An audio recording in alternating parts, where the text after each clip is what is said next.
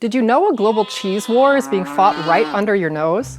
In Europe, Parmesan, Feta, and Munster aren't just types of cheese, they're legally protected terms, something known as geographical indications, or GIs. That means a name can only be used if a food product meets specific rules of where it comes from and how it's made. It's kind of like a trademark for food, and it lets the EU influence market access by controlling which names can be used. But in the US, many of those same names are understood very differently, not as protected labels, but as types of products that anyone should be able to make. But the GIs are also intellectual properties. At the end of the day, where is the real historical and cultural link? It's in Europe.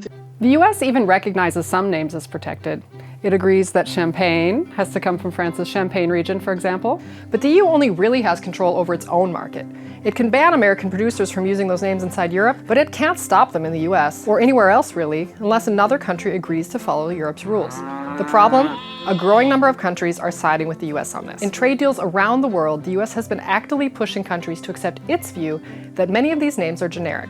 In 2026, countries like Taiwan, Malaysia, and Argentina have agreed to let US producers sell products under the names consumers already recognize. This isn't just a fight about cultural heritage. Products covered by geographical indications in the EU generate around 75 billion euros in annual sales and account for 15% of all EU food and drink exports. Policymakers argue that without protection, that value shrinks.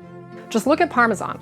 Industry groups estimate sales of so-called fake Parmesan outside the EU exceed 2 billion euros annually.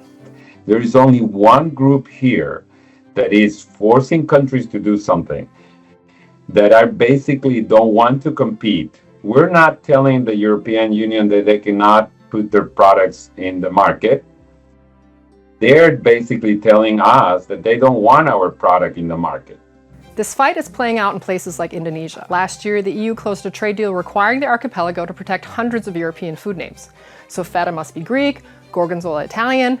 But a few months later, Indonesia angered Brussels when it struck another deal with the US, saying it would go with the American norm.